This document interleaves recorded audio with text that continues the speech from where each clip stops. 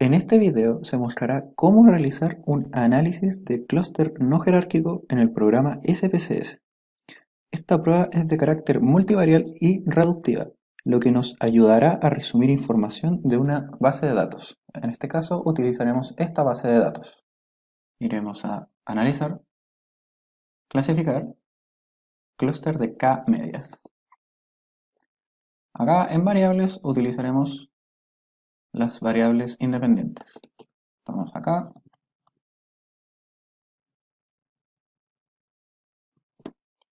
y ponemos acá. Estas son variables numéricas. Clúster de K-medias y clúster jerárquico funcionan con variables numéricas. Número de clústeres, que clúster se refiere a los grupos, viene predefinido que sean 2. En este caso utilizaremos 3. Primero iremos a iterar. Iterar o iteraciones se refiere de cierto modo a repetir el proceso para obtener la máxima distancia entre los casos.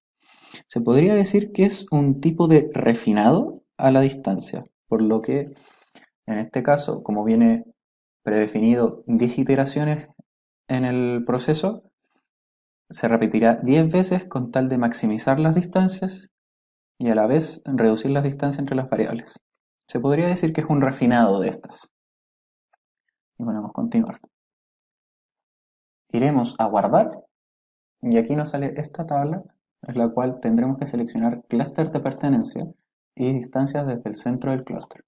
¿Qué significa esto? Clúster de pertenencia nos indicará dónde el sujeto pertenecerá a qué grupo, a la clasificación de sujetos según el clúster de pertenencia.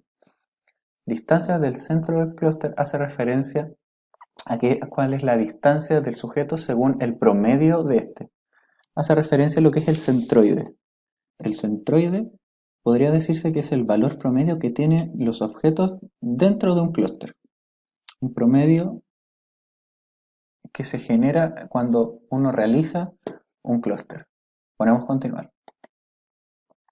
En opciones pediremos centros de clústeres iniciales, que es el análisis inicial de cada clúster, tabla de ANOVA, y nos quedaremos con esos dos. ¿Por qué tabla de ANOVA? Contribuye en mostrar si existen diferencias significativas entre los grupos que estos se están conformando. Si existe una distancia que pueda ser relevante al momento de decidir si es que existe información relevante y elegir qué variables o qué grupos o qué sujetos sacar de la base de datos y cuáles enfocarnos. Ponemos continuar.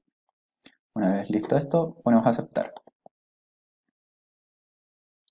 Y aquí es la página de resultados. Miramos desde el principio. Lo primero que obtendremos es el centro de clúster iniciales. Acá se ve la distancia en función al valor del promedio, o sea, del centroide, para la posterior clasificación del sujeto en el clúster. En este caso tenemos la clasificación de todas las preguntas en el clúster y esto es en función al valor promedio que existe en cada clúster. Después bajamos y tenemos el historial de iteraciones. En este caso se ve el proceso de las iteraciones que hicimos, que en este caso fueron 10, según las respuestas del cuestionario. Después tenemos centros de clúster finales. Esta es la clasificación de los sujetos o las variables según el resultado posterior de la historial de iteraciones, después del proceso de iteración. Y al final tenemos la tabla de ANOVA en la cual podemos identificar la significación que nos da en cada variable y tener en cuenta los valores que nos dan y así poder decir esta variable, por ejemplo, la podemos considerar, esta no, y así. Es para reducir las variables que nos pueden entregar mayor información o las que más nos pueden servir al momento de querer hacer un análisis. Al final tenemos el número de casos en cada clúster. Tenemos el clúster 1, 2 y 3. Tendremos 55 casos en el clúster 1, 11 en el clúster 2 y 50 en el clúster 3. El número de casos válidos y el número de casos perdidos. Con esta información podemos asegurar qué datos nos sirven para realizar qué tipo de investigación, para sacar qué tipo de conclusión.